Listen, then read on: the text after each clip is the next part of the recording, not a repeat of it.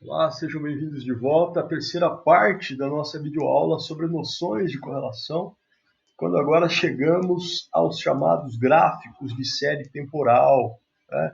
Lá no início dizemos, né, foi dito que a correlação, embora seja um conceito básico da engenharia ou da estatística, da ciência, ela dá a base para muitas outras análises mais avançadas, como é o caso da análise de séries temporais. Né?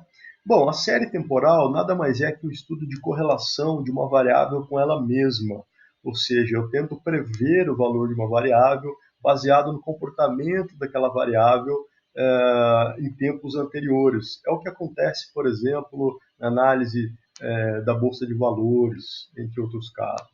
Né? Ou ainda posso definir essa série temporal como sendo a correlação de uma variável com uma segunda variável, sendo esta segunda o próprio tempo. Né? Em termos teóricos, a série temporal ou gráfico de série temporal pode ser definido como um diagrama de linhas, né, que representa a evolução de uma variável ao longo do tempo. Né? E neste gráfico, os dados constituem a dimensão da variável resposta, ou seja, aquela que eu estou analisando, em função da variável tempo, né? Que é a dimensão de variável explanatória, ou o que nós chamamos na estatística de fator. Né? Portanto, o fator é a variável que influencia, a variável causa, e a resposta é a variável dependente, a variável que é influenciada. Né? Logo, a variável resposta é a característica em estudo, a medida sobre a qual foram coletados dados, aquilo que estamos observando, como peso, por exemplo, como altura, ao longo do tempo. Já o fator ou variável explanatória é aquela que tem efeito sobre a variável em estudo, a variável resposta. Neste caso, o tempo.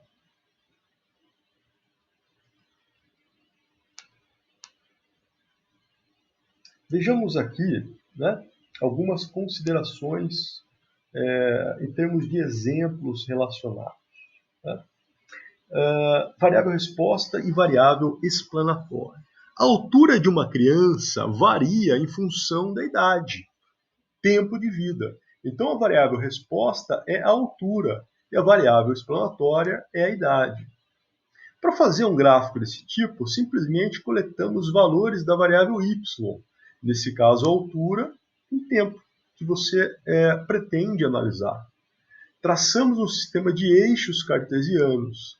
No eixo das abscissas, né, o eixo x, representamos, então, no caso, a variável tempo. E no eixo das ordenadas, né, colocamos a variável resposta y. No caso, a idade, mas também poderia ser, nesse caso, a altura. Né? Definimos escalas que sejam adequadas, lembrando que a escala em ambos os eixos podem ser escalas independentes, né? Até porque são medidas em unidades diferentes, e cada ponto vai representar um par de valores observados, x e y. Cada ponto vai representar a idade e a altura. Né? E aí podemos depois unir esses pontos por meio de uma reta, um segmento de reta. Embora as observações sejam discretas, é possível dizer que são variáveis contínuas, porque a cada momento nós temos variações de ambas. Né? E aí a ideia de conexão entre os pontos através de linhas. Né? E aí colocamos um título adequado para a representação gráfica dessa informação. Né? Vejamos aqui um caso hipotético. Né? População residente no Brasil segundo o censo demográfico. E aqui temos valores para os censos variando de 1940 até o último, de 2010. Né? E a população identificada, apurada em cada uma destas situações. E aí podemos agora, a partir destes dados, fazer uma representação gráfica.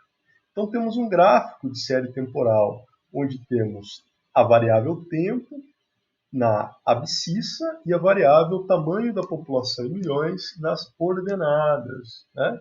E aí podemos conectar estes pontos por meio de uma curva de gráfico de linhas, né, para representação de variáveis que de fato são contínuas. O tempo varia continuamente, assim como o tamanho da população ao longo desse tempo com o passar dos anos.